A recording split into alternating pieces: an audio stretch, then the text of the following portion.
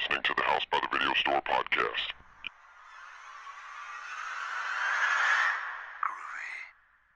There's no more room in hell. The dead will walk near. We have such sights to show you. I kick ass for the Lord! Praise God! Give away! Welcome to the House by Video Store podcast. I'm your host, William, and joining today will be Derek. Hello. And that'll be it. Sean will not be able to join us this week because him and his wife, Nicole, are, I believe, still at the hospital for the birth of their first child. So congratulations to them on that. But he will not be on the podcast this week, as the baby is more important than the podcast. Well, you would hope, anyway. Yeah, we're not paying anybody anything, and because I know some people missed their child's birth for work. I would be quite upset if somebody missed it for our podcast, but they did not get a chance to watch the movie we'll be reviewing this week, which is It, the new film that is an adaptation of the classic Stephen King novel. Not really a remake of the made-for-TV series in the 90s, I would think. Yeah, I wouldn't. It's more of like a retelling. They're very different. Because that's one of those things where you get into a lot of times with adaptations. It's so is it a remake of the material, or is it a remake of the original movie, or is it just a new take on the material? Because the John Carpenter movie, The Thing, was an adaptation of a story that was also the adaptation, was made for the older version, the original Thing. So it's just, it's classified as a remake by some people, but to me it's more of just another adaptation. Well, because it's can you really remake a made-for-TV film in theaters? And it's because it wasn't even a made-for-TV, it was a special, so... Yeah, you're talking about something that was made in the early 90s on a TV budget versus something made today with a $30 million budget. But before we get to talking about it, we'll briefly run through some news and things we've been watching. The main news is that we're recording this on Sunday, September 10th at 9:25 a.m. So the final box office numbers aren't in, but it's being estimated that it will come in around $100 to $103 million for the weekend, which for an R-rated horror film is huge. Yeah, and it was only projected to do 50, I think they said 50 to 60 million. Early projections were around 50 million for the weekend, and it did 51 million Friday. From Thursday night preview screenings and Friday screenings. It did 51. Yeah. And I think it set a record for Thursday box office for R-rated movies, I believe. Yeah. And there's only two movies that trailed on Thursday this year was Guardians of the Galaxy 2 and Beauty and the Beast. Yeah. And the numbers weren't that different from them. It's 2 million difference. And for the weekend, the R-rated debuts for the weekend, it'll be number 2 behind Deadpool if the current numbers hold. And which is quite a feat considering that Deadpool was, a comic book adaptation that tied into the X-Men universe and had Ryan Reynolds and all that behind it, and this is a R-rated Stephen King adaptation. So the box office looks like it's going to be huge, and that's I've seen some people complaining about. We'll wait till we get to the movie to discuss complaints or whatever. But I think if the success of It, the success of Get Out, the success of Split, that can only be good for horror in the long run. Yeah, as opposed to things like Rings, we watched, or some of these also bigger tier, or Alien Covenant. Alien Covenant was a huge flop, and you have these movies come out, they're just garbage, and then you have something like this comes out, which whether you like it or not, made a lot of money, and that only gives future projects the ability to get, Annabelle Creation this year. Yeah, Annabelle Creation did huge numbers, and I think that's only good if you look at the budget for it being, $30 million. Maybe that gives another studio some, confidence to make a $30 million budgeted horror film, because a lot of horror stays at this, Get Out was made for $4.5 million. I don't know that it needed much more money than that. No, but if people were willing to take that risk to give new directors, people with something like Get Out or even Annabelle Creation with the newer directors, to give those younger people, younger as in just new to their business, give them a chance with a little bit of a budget and see if they can make something with it. That's good, and hopefully that will be a trend that will continue, because you get the newer, fresher takes in horror, you're gonna get better results. Yeah. So there's that news. So once again, the numbers aren't final, but all the projections have it being a monster hit, making a ton of money. I mean, there's some other stuff like the movie Creep 2. So did you ever watch the first Creep? No, I haven't. So it's on Netflix, and it's Mark Duplass and directed by Patrick Brice, and it's kind of a found footage. I don't know. So I think just giving the exact genre that it is might be a little bit of a spoiler, but it's a found footage doc style movie that has Mark Duplass in it, and it's kind of like a horror thriller-esque movie without giving you any details. And we reviewed it on the podcast a while back, one that me and Sean were on, or Sean and I, to be more grammatically correct. And it was, like, we enjoyed it. Like, it wasn't, like, blowing us away or anything, but the fact it was on Netflix and it was less than an hour and a half was like, oh, okay, it's recommended, check it out. The sequel will be screened at Telluride and the Horror Festival in October, but then it's going to hit video-on-demand platforms, I believe, October 24th, so you can check that out. So that's yet another piece of horror content coming out over the course of the next 2 months before Halloween that you can check out. Yeah, I mean, you get Stranger Things coming out right Stranger before Things Halloween. Season 2. Yeah. Then there's that new Texas Chainsaw Massacre movie. Then there's a few other things. Happy Death Day. Yeah. So it I think is going to have a pretty good September at the box office because I don't think anything's really going to detract from that too much. And then you get into October, and who knows if that gives it more legs or not. It won't might be on, help it. It obviously won't be on video by the time Halloween rolls around. But then there's also there's probably gimmicks they could do too, like with Logan and a couple other films. They did the noir versions where they did the black and white releases, and that could be something they could do with that boost a little. put it back in theaters and do some special version. Yeah, so there's a lot of stuff coming out between now and Halloween that you can check out. We'll have, I'm guessing, 2 short films released before Halloween. Oh, and you got the new Jennifer Lawrence film coming out. Oh, Mother comes out next week, the Darren Aronofsky movie. Man. I've only watched the teaser that didn't show any story because I didn't want to get spoiled anything. And like these different autoplay ads on Instagram or Facebook are trying their damnedest to spoil stuff. So I'm just trying to avoid watching any of those. Well, they have a real long trailer, and I saw it, and it's like, I already know what's going to happen. I mean, it doesn't mean I don't want to watch it. Yeah. But it's something that I would have liked to see. So I think we'll cover that next week, unless plans change. But we'll have that coming out, and then, like I said, we'll have our own short films coming out in the next couple months. And then Blade Runner comes out, which they showed another trailer for that. So I've watched the teaser, the short one that was like less than a minute. I refused to watch the full-length trailer because I don't want to get anything spoiled. So when I was in the theater with it, they showed the trailer, so I put my fingers in my ears and looked at Julie, and then she was laughing at me. But these trailers, they need to stop.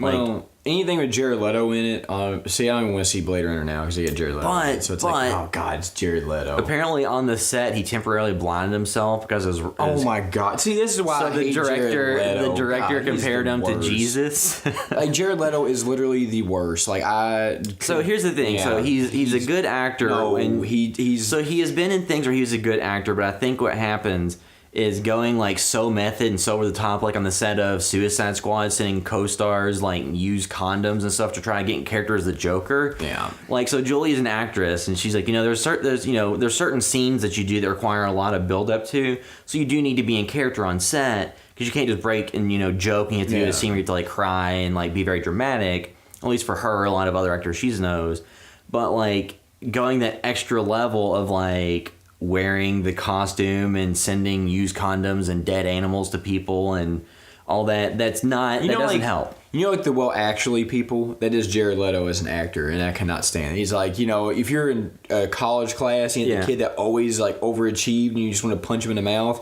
that's him as an actor. Then too, you have like Daniel Day-Lewis, who's a good actor who was very method, but he's playing Lincoln in an award-winning movie with Steven Spielberg directing. He's not doing genre movies. No, but he's also not like walking around as Abraham Lincoln, like just on his daily routine. 407 years like, ago. Oh God. Yeah, everything I hear about Jared Leto, it's like, I just... So here's the thing. His band sucked too, so... 30 Seconds from Mars. They weren't that bad. I liked him when I was in high school, but, I guess as I was like... But the point that I was trying to make before we got on that detour is there's a lot of content coming out of the course of the next 2 months. Yeah.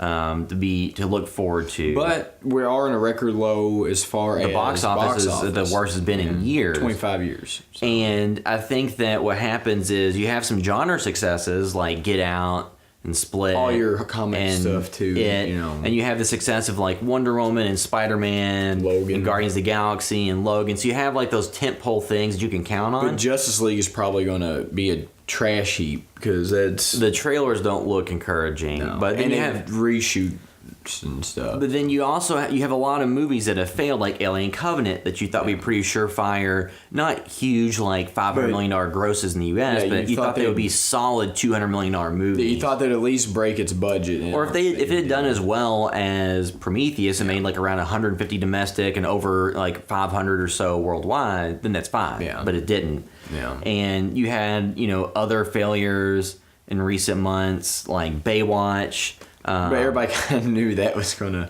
flop, which is funny because the way The Rock works is he's either in stuff that makes $1 billion or is in stuff that doesn't do that good. Because he was in, he had the Fast 8 that came out this year and that made $1 billion.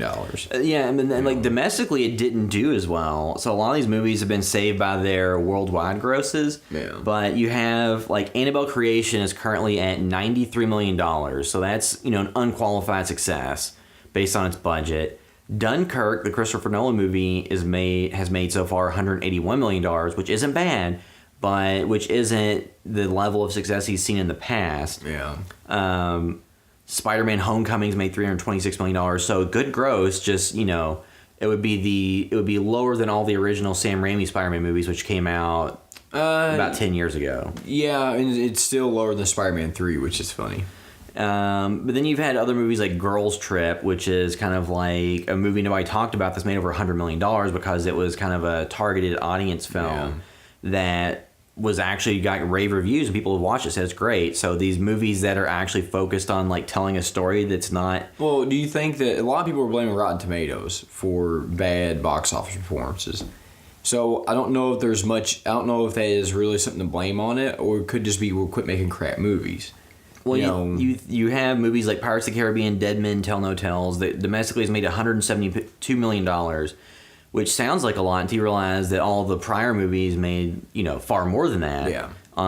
So I think what happens is there's franchise fatigue. Just because something is in a pre-existing property doesn't mean people are going to love it. No, especially if it's not reinvented in any way, shape, or form. And two, I think the sheen has really been taken off of Johnny Depp. Yeah. With the amount of bad movies he's made and the domestic dispute allegations and discussions. So that has taken the sheen off of him. That's a franchise that hadn't had a movie in a while. Yeah, it's been quite a few years since the last one. So even like Cars 3 from Pixar didn't do normal Pixar numbers because that's a franchise that I think will still make them money in the long run by selling, car beds and toys and pajamas and sheets and stuff. But in terms of a movie... As somebody who likes Pixar movies, I had no desire to see that because I hated Cars 2. Yeah, no, Cars was a weaker franchise. Cars, the first one, was like, at the time, it was like, oh, it's like the weaker of the movies they made, but it's not terrible. It's Cars 2, it's like, no thank you, I don't want to listen to Larry the Cable Guy for 2 hours. It's not... Cars 3, I'm not going to watch it. Yeah. So, franchise fatigue has worn in.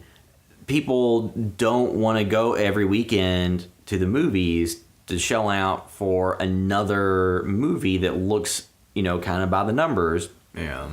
So I think you have fatigue. You have the fact that people don't go to the movies every single weekend. Well, I would also be interested to know, like, if you go back and look at stuff like how many movies got released per year. Is it just almost being overflooded? Are there too many movies being released? There's too many movies that are. So there's too many.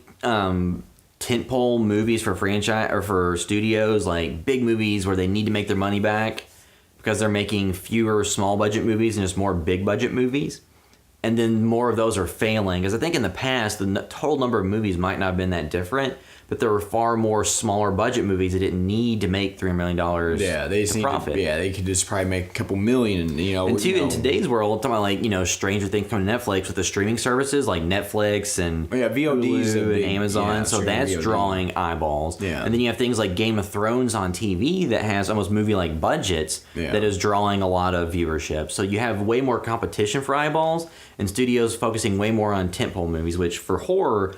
Luckily, they don't do as much. There's still these franchises that keep coming back to, like Insidious, Chapter 4. Where Yeah. I forgot the subtitle. That looks good though. That looks like those the movies. last lock or key or something. Yeah, those movies. The Last Key, I think. Yeah. Those movies have all we've all enjoyed them, but they're not putting $100 million into them. They're putting in budgets they can recoup rather easily. Yeah, that's the thing. It's interesting. It's like, are they going to try to? Because to me, it would seem more sense to do that. But we'll see. With Justice League comes out this year and flops, because it kind of looks like it might. And maybe Wonder Woman's success might help a little bit. I think what that movie will probably happen is it'll be like Batman v Superman, where it'll make enough money that it didn't really lose money, but it didn't hit any of the profit targets they wanted. But for horror stuff, it's very encouraging for horror with Annabelle, Get Out, all these movies that gives. Regardless of how you feel about those films, the fact that they are horror movies and they're first of all, you look at the reviews that they gotten, all those are highly rated on Rotten Tomatoes. Yeah. All 75% or higher. Which I think it is around 90 and Get Out's around 100, somewhere between 95. It was 100 for a while, but then you had one guy that Armand Dwight gave it a negative review. So you have him. Yeah, but you have two of those movies that are 90%, right at 90% or higher. High ratings. Yeah, high ratings. They're actually good films. Maybe Annabelle's maybe not a good film. It's just a good horror movie. But you do have things of substance there that made good money. That does bode well for other horror to come out. It shows that you can put 10, 15, 20 million in something and get a high return out of it. Yeah. You just have to market it the right way because it's marketed itself like crazy.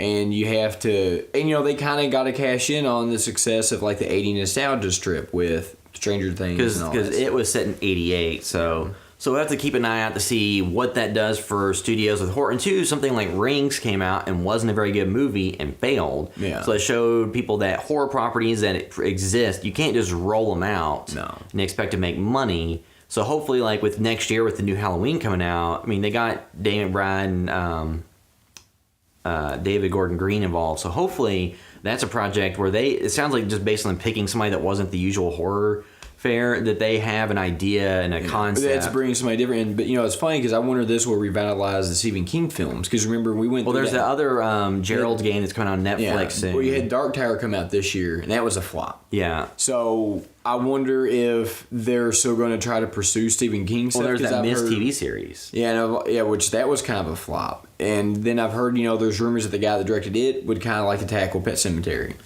And so I think that would be interesting. Yeah, there's the parallel of I think people are into good horror, not just Stephen King horror. But but I just wonder if they're just go with the success of it, if there's going to be that temptation to kind of go into his take the wrong lesson. Yeah, going well, this works. So let's Pet Sematary is a movie where I think you could reapproach that concept and make something good because the original movie is not untouchable. It's got a lot of problems. No, but it's a fun horror movie. But it's but I just wonder if this one, since it's going to be as successful as it is, does that make people get tempted just to do the Stephen King properties regardless? Yeah. And that has happened quite a few times. But not just with him, but just other things. Yeah, so I think that wrap up the news discussion briefly. So what we've been watching, I watched the movie. It's available on Netflix.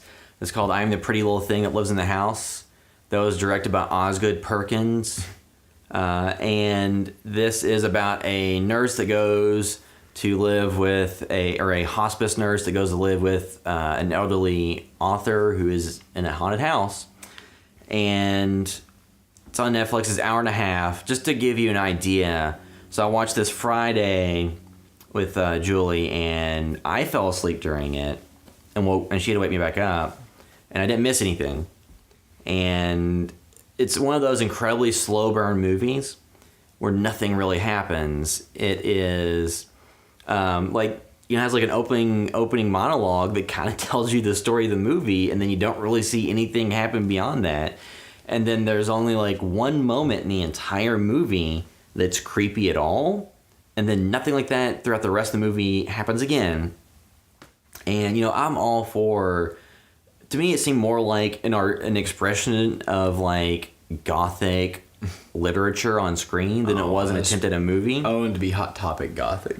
No, it wasn't. There wasn't Ghost. There wasn't Tool music blaring, and no, this movie was something that if they had shown this in theaters, based on the reaction I see to a lot of stuff in theaters, if they had marketed this as a haunted house movie and they showed this in theaters, I bet about half the audience probably would have walked out. And then people who left at the end would have like been yelling at it, boo or whatever, because that's the reaction that we've seen. I've seen the stuff like It Comes at Night and The Witch with the general audience, and this movie was slower than both of those.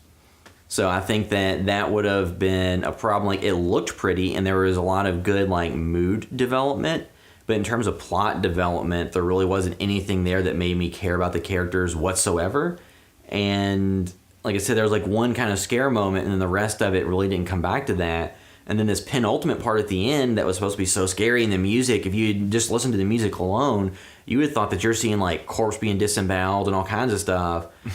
And it really was nothing happening. And at the end of the movie, you know, I just left kind of scratching my head, and I was like, well, at least that was on Netflix. I've been kind of upset if I paid to see it in theaters. So that's one that I don't think we'll be reviewing for the podcast. Super slow burn, kind of, like I said, just artistic expression as a movie. So it was kind of like a painting, you know, in that, like, oh, it's this thing that's... But there's probably paintings that are probably creepier than that movie. Yeah, it wasn't a movie that I would recommend to most people. If you like incredibly slow burn horror, and you're into movies that are more about mood and tone than feeling or story or character development, then go right ahead. But there's literally a part where it seems like it takes a character three minutes to open a box. So how does this open? So it's a type of movie that I don't think would exist. Like, it's a Netflix original, so I'm not sure. I don't think they made it necessarily, or maybe they made it for Netflix. If Netflix commissioned them to make this, then it makes sense. Because it's a movie I don't think would test very well with general audiences. But not a movie I would necessarily recommend you go out and watch unless you really want to see a slow burn horror film with very little payoff. Yeah, I mean, I watched it. After I watched it, I told Julia I apologize for choosing that, because it was on a bunch of lists of things to watch, and I had heard different interviews with the director that had me interested in it, but not something I would recommend for everybody to go out and check out. And like I said, unless you're really into like a slow burn. But that is I'm the Pretty Little Thing That Lives in the House, and that was really the only thing I watched this week aside from it. So did you have a chance to watch anything? I started watching Twin Peaks. The new season of BoJack came out. Horseman. And so I've really, like, football season has started, so I was in Indianapolis last weekend, and I haven't really had much time to watch anything outside of it. Yeah. So I guess we'll just go ahead and move into our discussion of it, which is, of course, if you didn't know, and we'll save spoilers till the end. Yeah. Now, if you've seen the original or you've read the book, then you're probably not going to be spoiled, because you already... And I say the original is like the TV one with John Ritter. If you watch the 90s made-for-TV movie version of the series or the mini-series, you have a general concept of where this is going. But it was directed by Andy Muschietti, which I'm probably not pronouncing correctly. I say Andy Richter, because Andy Richter did it. But the basic plot synopsis from IMDb: a group of bullied kids band together when a monster taking the appearance of a clown begins hunting children. So that's really all the story you need to know. And the movie has it. So Bill Skarsgård is Pennywise, and then the cast of children is really strong. So Sophia Lillis as Beverly is great. As the kind of young female lead. And then there's familiar faces like Finn Wolfhard, who plays Richie, was in Stranger Things. Yeah. So you likely will have seen his face. Jaden Lieberer is Bill, who does a very good job in that role. So the cast is very strong, and even though some of the kid characters don't get as much development as others, everybody does a great job. Yeah. And is believable.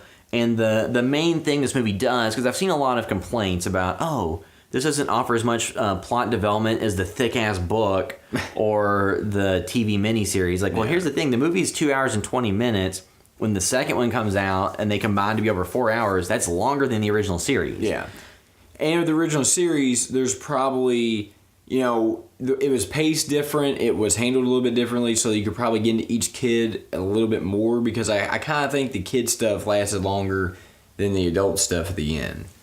But, I think the kids did great in this. And there's a lot of movies we talk about where you have kids in horror where they can be a great addition, or they can just ruin the movie. And they found a cast of kids in this that really sold it. I mean, the little chubby kid was awesome in it. You know, like everybody did such a good job. You would have liked to have had a little more. Yeah, Ben. You would like to have a little more of each one to see what actually scares them. But you got enough out of each person to really. Yeah, I don't know. I just like. Well, they gave a moment where each kid got to. You got to see from each kid's perspective what it was that was scary to them, or what they were the most scared of, or at least they mentioned it. Now, a couple of characters.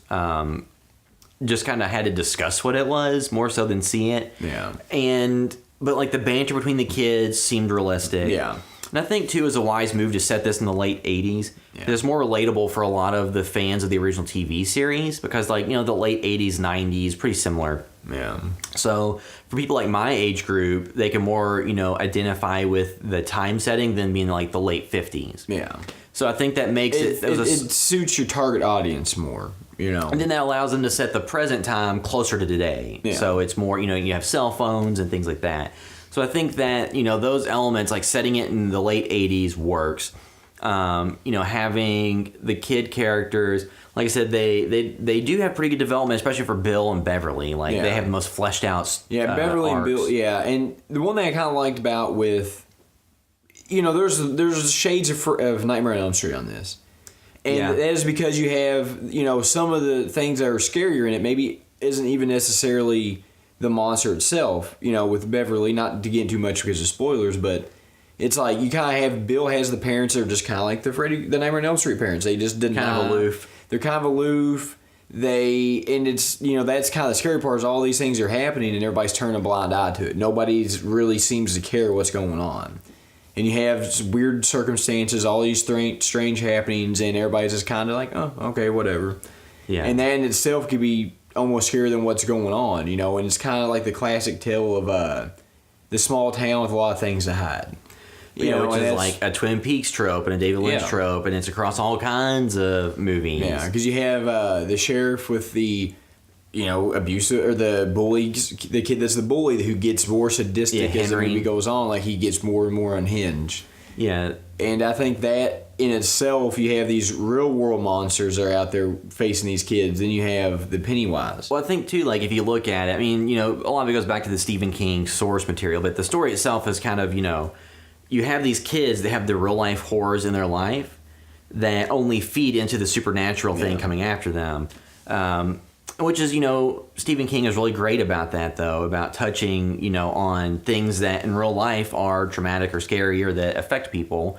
Because people forget, he also wrote stuff like Stand By Me and The Green Mile and Shawshank Redemption. So he's really, a very good writer. Yeah. And not everything he does is straight horror. No. And I think that shows that you have good characters. Now, there is some stuff from the book that was not included in the movie. But it's for the best. For the best. Yeah.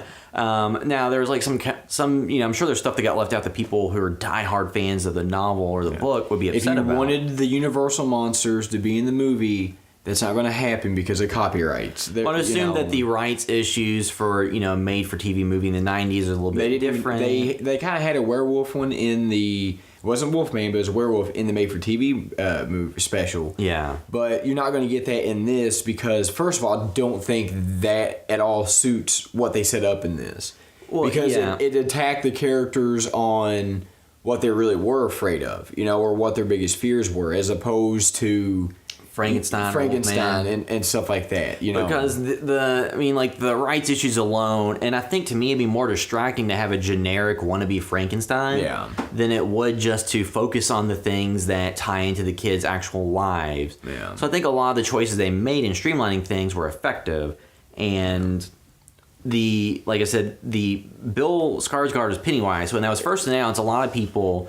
Because Tim Curry did a very iconic representation of Pennywise. Yeah. And a lot of times when people talk about the original series and how much they loved it, they really only remember Pennywise. Yeah. And they remember Tim Curry and how great he was. And like the sewer scene. Yeah, the most memorable parts of the movie were all... And, it's funny because you look at the amount of screen time that he had in it was kind of almost reminiscent of like Beetlejuice.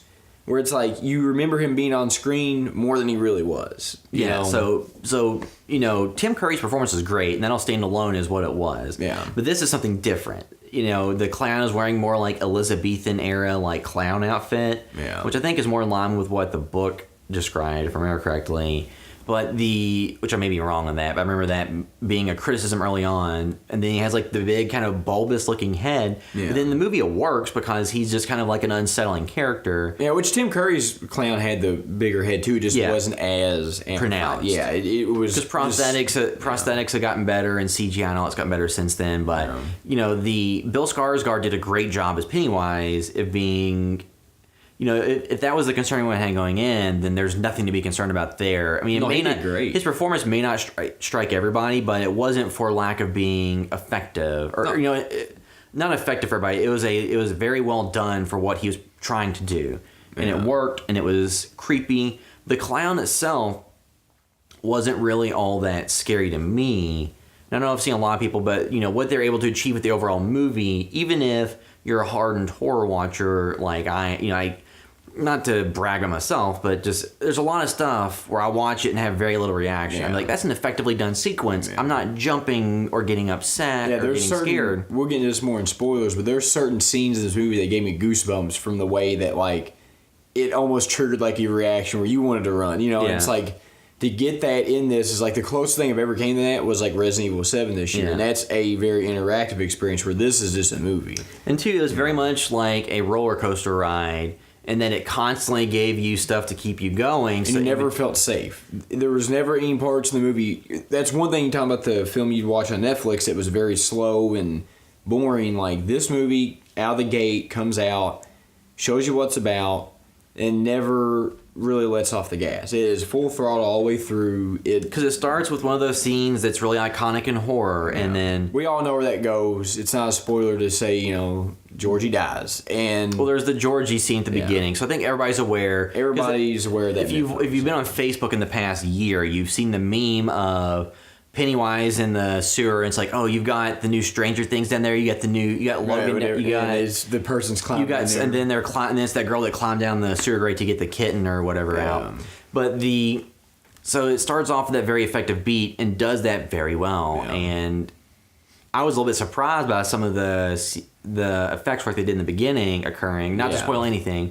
We'll get into that. But later, the movie, this movie went for it. They didn't hold back on a lot of that stuff, which is something that was surprising to me. Is because a lot of times you might kind of pump the brakes on that or not get into it, but they didn't shy away from it. And Pennywise works as a character because he's kind of like taunts them, and I do like his usage because it's kind of surreal if you think about if that happened to you, because you see like different scenes where things will be going on in the real world, and then they'll look over to the back and you'll see Pennywise kind of waving at him or doing something, which I really love those scenes because even when the horrifying real world things are happening to them, he's still there watching, taunting them. Yeah, I mean, so the movie as a whole, like, just to kind of give like the overall, so I think that the character performances, they're all good. All the kids are believable. Because like Richie is kind of like the foul-mouthed, kind of smart aleck kid, which reminds me of a lot of people I knew when I was in middle school or that age. Yeah. So, and then like Bill, I think was a good like kind of, grounding performance. It's kind of like the lead dramatic element because, like it was his brother was Georgie. So I think that, he did a very good job and kind of centered the movie on him and gave that thrust. And then Beverly was, I've seen some complaints about, there was, not enough for the women, but I think Beverly had a more fully developed character arc. Yeah, she had the most than anyone else. Character, I think. I mean, granted, it involves some, so hold it for spoilers, it involves some other stuff that it was handled in a tasteful way with what type of stuff they were covering, but the movie, the scares that had a lot of set pieces that were really effective. So like I said with Annabelle Creation, like I didn't love that movie, but it was effectively done. Yeah. This movie was effectively done, and I bought more into the characters because they gave me more time with them and more anchors. Now that could be inherently because the characters in Annabelle Creation were younger females and the characters in this are younger males, so I can more identify with that. And you also have somebody like Stephen King who was the basis for why these characters exist. Yeah. You have a 1,000-page novel over a script. You actually have something for these characters to be based on. A lot of text that you can use to develop the characters. You can kind of narrow it down to what you get on screen. Yeah, I think you just have a stronger overall script of this than Annabelle, because Annabelle Creation was not about the girls in the movie. Those are all kind of throwaway people. The thing in that was the Annabelle character itself. Whereas in this is more about the kids' reaction to it instead of the reverse. Yeah, so like, you know? yeah, so like I said, comparing like this to like say Annabelle, like I said, Annabelle was very effectively done set pieces. Yeah. This was effectively done set pieces too, but you had more interest in the character's face. And just some of the horror visuals in this movie were probably some of the best I've ever seen. So there's some definitely awesome set pieces, and just like everything in this movie just looks so, it was shot so well. The cinematography was awesome. The color, like everything just works perfectly about it. I think it's really hard to do that because there's a lot of movies where you get like a good looking scene and it just doesn't work. Like, because even Annabelle had some stuff where it's like felt very, even though it was scary and it kind of worked, it was still at the end of the day very cliche. Whereas all of this wasn't, there was nothing extremely original in this movie. It just, everything that worked felt so kind of fresh about it. It just felt, it didn't feel like, oh, okay, I've seen this scare 20 times. It didn't feel that way. Well, it's a movie too that a lot of people have said it probably worked better on a second rewatch for them. Even the people that don't necessarily love it have said it probably worked better on a second rewatch. Because there's stuff and there's one thing I do like about this film is there's so many little nods and weird stuff in the background that you would almost have to watch a movie a second time to catch it. Because there's a library scene where when Ben's researching the history, I don't know if you caught it or not, like there's something really weird going on in the background. And Courtney didn't catch it, and I did. And if you saw it, like it kind of gives you goosebumps because it's just really odd. And it's like, I wonder how many things like that were in the movie that you didn't catch because you were busy watching something else. Well, the movie, just the feeling it evoked in general. So the movie is set mostly during like the summer months because it's when the kids are on summer break. Yeah. And it really, to me, evoked that feeling. Yeah. And it kind of had a little bit of the too old for this shit mentality, but not like that. But the reverse, like we're kids, we're supposed to be having fun. Yeah. So kind of like Arrested Development, but the reverse, like we're kids, we're supposed to be working. Yeah. Like, and I kind of like that was a constant theme when anything was happening. That's what they always came. Well, back then they to. also like show like the marquee at the theater shows different movies that came out during that. Yeah, I think they era. had So Die Hard like 2, Lethal Weapon, Lethal Weapon 2, Nightmare on Elm Street 5, I believe. yeah. So somebody pointed out that the movie is supposed to be in July. Or no, it's in June. Like that, there's part of it that's in June, and then the marquee says Lethal Weapon 2, which didn't come out until July, so that movie gets 0 out of 5 stars because inaccurate. Yeah. But I mean, maybe I don't remember the exact timing. Maybe there was like screenings or whatever. But you know, small details like that. Just seeing like those details helps you think of Lethal Weapon 2, Nightmare on Elm Street 5, those eras of movies. But one thing I like about this movie is though, if you took the way they made it work, if you just took this and you put it in the 1870s or 2050, it works. The way these kids act, like if you put this in any generation, I think it works. Any decade, it works. I mean, I think this is a movie too that if you, because it feels kind of like those 80 movies did. Yeah. And I think if you took this movie and you could just transplant this movie into 1980, 9 or 8 or whatever, it works. Yeah. And that's because you have, like I said, you have grounded performances by the kids, and you don't have a lot of goofy or hokey elements around the kids. No. So I think that, like I said, the performances are good. There's not a ton of adult performances. It's mostly focused on the kids. And the adults, or if they are in there, they're very much like Nightmare on Elm Street. They're just kind of aloof. They're just kind of, they just, either they can't perceive what's going on, or Because some they of the just characters don't you care. don't even see their parents at all. Yeah, no. So there's all those elements. Like I said, the scares are all effectively done. It has scares throughout. So even the runtime is 2 hours and 20 minutes. When it got to the end, as it got closer to the end, eventually it's like, oh, this is the end? How much time has went by so far? Yeah. And it went by quickly. So it wasn't one of those, because some of those superhero films that are over 2 hours will have me kind of sitting there and it's like, oh, I gotta use the bathroom, get it on. Because like a lot of these movies are 2 hours long, feel like they kind of run out. They're at some point they're like dragging. Whereas this, since it's based off of a 1,000-page book, you have a lot of material there. Yeah. And the thing is, this is one of those few movies where you watch it and it's like, they honestly could have had so much more material in it that probably wouldn't have bogged it down, but I get why they didn't do it. Because there's a lot of stuff in the book that they didn't tackle, which I completely understand. Well, they narrowed down the narrative to something that was, they got across the point, gave enough time to develop some of the character relationships, and then, have a point to it and an end point while setting up for the second half with the adults. And they set up, the timeline of it occurring every 27 years. Yeah. So that, interestingly enough, it was 27 years from the original miniseries to now. So I think it's more of a coincidence. Yeah. Because there have been discussions of an It, or either a remake or just a new film adaptation of the novel or the book for a long time. So Yeah, because I think this is one of his more iconic, books or miniseries. There's something always about that just always has been there. It's always kind of stayed in the social conscience a little bit. because I think a lot of it was such one of a long book, but it was one of the big hits of the 80s. Yeah. And like The Shining had the Kubrick movie version that kind of was vastly different from what Stephen King and Tim did. And I think most people now, at least a lot of film people, more appreciate the movie than the book. Yeah. Stephen King doesn't like the movie. He still doesn't like Yeah, it. which is funny because when Stephen King came out and gave his seal of approval on the movie, we've talked about this before. To me, that almost means nothing because there's some of his movie adaptations he liked a lot, which are very bad. He prefers the made-for-TV version of The Shining over Which Kubrick's. is probably just because more of the element of it adapted the elements from the book Yeah. that he was more in tune with. But so it was the TV miniseries, which had a very iconic performance by Tim Curry. So I think that the mystique and the reputation of it was one of the ones where it was always kind of like the book that had never made into a full-on Hollywood budgeted movie. Yeah. So there was a lot of mystique to that. And I'll say this: you have a movie it came out. Remember what was it last year when the trailer first came out for it? You had the most views of any movie, or It was most. within the past year. I don't know if it was that Yeah, long well, ago. whenever it came out, it was the most viewed trailer on YouTube ever. Yeah. Now I think that's been broken since, but you had that. There's a lot of interest. Yeah, there's a lot of interest. There's a lot of hype. This is a movie that has been pushed a lot. You get on social media. I've been targeting. You can get on there and see it. I've been targeted through it, and I'm sure you have too. Yeah. And you see a lot of stuff on commercials. Every single the Annabelle creation had the 4-minute preview of it. There's so much stuff with this movie that it could have been a colossal flop. Could have been a letdown. It could just try to live off the reputation. It didn't. This is something to me that came out and it definitely stood on its own legs. It is vastly different from the made-for-TV adaptation. It is a little bit different from the source material in the book, but it sticks close enough to it to make Stephen King happy. But I think there's just so much on this movie that could have went wrong.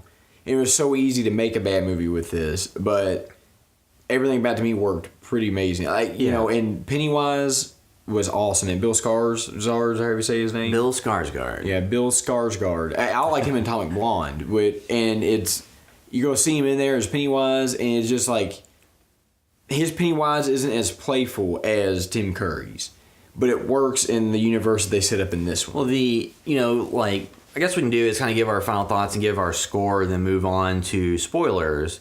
To me, like the strong point was the relatable kids, effectively set up set pieces of scares that worked and were paced throughout so that you weren't sitting there waiting for something to happen.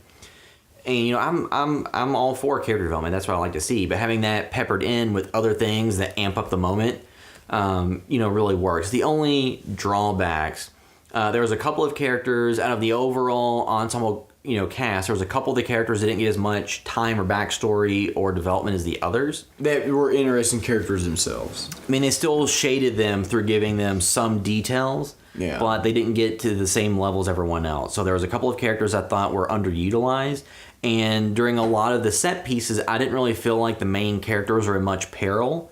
Because even though stuff would happen that was scary, I didn't feel like in the moment they were going to die. Well, if you know, that's the problem is knowing that it's a two-parter. There's a two-part thing, and knowing the source material, even though I didn't really remember from the miniseries that well, and I hadn't read the book, I'd only watched the miniseries years ago, I still remembered enough that I was like, well, that's more of just me having knowledge ahead of time. But you have to understand, when people watch these movies that exist in the real world where most of this knowledge is out there, so in a lot of those moments, I wasn't necessarily scared for that character's well-being. You're just scared about the situation they were in, not necessarily. It was more of the visuals were exciting than you worried about the character. Yeah, but I think that's why this works so effectively. Because in Annabelle, like I said, all those characters felt kind of like throwaways. Whereas in this, you get into it and it's like, that most of these characters are going to be in the next movie. You already know that because of this book's been around longer than I've been alive. Yeah. So Yeah, I already know that going into it. I've seen the original, but the parts that they put them in, there's still so much tension and creepiness, and like when you get to the den at the end of the movie, like there's a lot of creepy crap going on. I think all of it works really effectively. And, Yeah, it works effectively while still having that kind of Amblin feel of like the multiple kids and like the 80s-esque era. So I guess we can give our score now before moving to spoilers. So to give this a score out of 10, what would you give this? I think it was one of the best horror movies I've seen of the year, if not the best. I would take this over Get Out. Oh. So, and this is like Get Out, so it was a movie I enjoyed thoroughly, but I really have no interest in rewatching it. Whereas this movie, I will maybe see it again in the theaters, and I will definitely. There's a lot to see in it. There's a lot to see in it, and I feel like that's the one thing is like I feel like going back and rewatching it, you're going to get more out of it. Yeah. I'm going 10 out of 10. I give this the highest recommendation I can give. Yeah. I would like to go back and listen to some of the podcasts because I probably had to eat a little bit of crow because I probably talked a little trash about this, especially with the Bill Skarsgård's Pennywise design and a lot of stuff. But it's one of those things where you watch it and it's like this movie had every single possibility just to be a dud. It had it kind of written on it to me like it could have been a big Cash in. Yeah, cash in. It definitely wasn't. It seemed like it was a project of passion. It seemed like everybody was excited to be involved. Everything aligned perfectly. So, I mean, to me, it's not I'm giving it 10 out of 10. It's not a perfect film, but it's one of the best damn ones you're going to see horror-wise because some of the scares are the best. I have not seen a horror movie probably in my life that gave me goosebumps. Yeah. So, I mean, just on some of those scenes alone, I mean, you got to see it 10 out of 10. Yeah, so I think, I'm similar to be high on it. I'm not going to give it a 10 out of 10. I think a 9 out of 10 because there was a few things here and there don't really detract from my enjoying all that much. Just things I kind of noticed after the fact when I thought about it a little bit. Very enjoyable movie. The performances are good. Like, there's some CGI work. Like, I saw some people complaining about it. I, when watching it, didn't have much to complain about. Sometimes you got to do it. Because it was a $30 million budgeted movie, so it wasn't, Marvel level budget. So they went for things, and like the CGI to me never really stood out to any huge degree. There's stuff where you obviously knew it was computer animated effects just because it couldn't happen in real life. But there's only like one thing I could really think of that people would be pointing to, and it wasn't poorly done. It wasn't like they went back and it wasn't cheesy. The Thing prequel where they kind of took out the practical effects and CGI'd it instead. It wasn't that. It was more of to achieve some scares, they use some CGI, which in this day and age when it's possible, that makes sense and it's good. So I've heard some people complaining like, "Oh, this isn't real horror. This isn't for real horror fans." Like, look, I don't know what you define horror as, but if the point is to scare and to create tension and things like that, thought, and this did that. Yeah. 9 out of 10, 10 out of 10. So very highly reviewed from us. So before we move into spoilers real quick, if you're listening via iTunes, just do us a huge favor and leave a review out there. That helps other people find the podcast, helps us move up the podcast charts. You can also send us, if you have any questions or comments, you can send us an email at podcast@housebyvideostore.com. If you're listening via YouTube or watching via YouTube, you can always leave comments there because we love seeing the feedback back and forth. Because like our Twin Peaks videos, we reviewed or discussed Twin Peaks The Return and talked about theories and tried to break it down. Had a lot of great commentary there, so love seeing comments or questions or other takes on things from anybody out there listening. You can find all the stuff we're doing at housebyvideostore.com. You can find links to Facebook, YouTube, Instagram, Twitter, all that. Make sure to follow us on Facebook and YouTube as we'll have 2 new short films coming out before before Halloween. Because after the slasher, just waiting on some festival stuff to see if it gets in or not. Then we'll have a release date planned, and Plucked, which is the one that Shad directed, is being edited now, will be wrapped up and released some point soon. So keep an eye out for those things. On social media specifically, you can find me on Twitter at Will_Droid. You can find me on pretty much everything at Meta World there. And make sure to follow us on Instagram, our House by Video Store. It's HBTVS_official because we post pictures there each week of things we're talking about. And when we work on short films or go to conventions or stuff, we post Instagram stories of things. So make sure to check those out. But now moving to spoilers for it.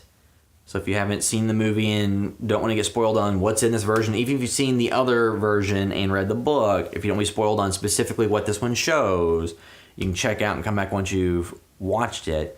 So the biggest thing that I was unaware of, because I didn't read the book, was that there was like a group sex scene with Beverly, and They cut that out, which I think was very wisely. Yeah, because today's first of all, age, I don't want to watch that. I don't want to watch that.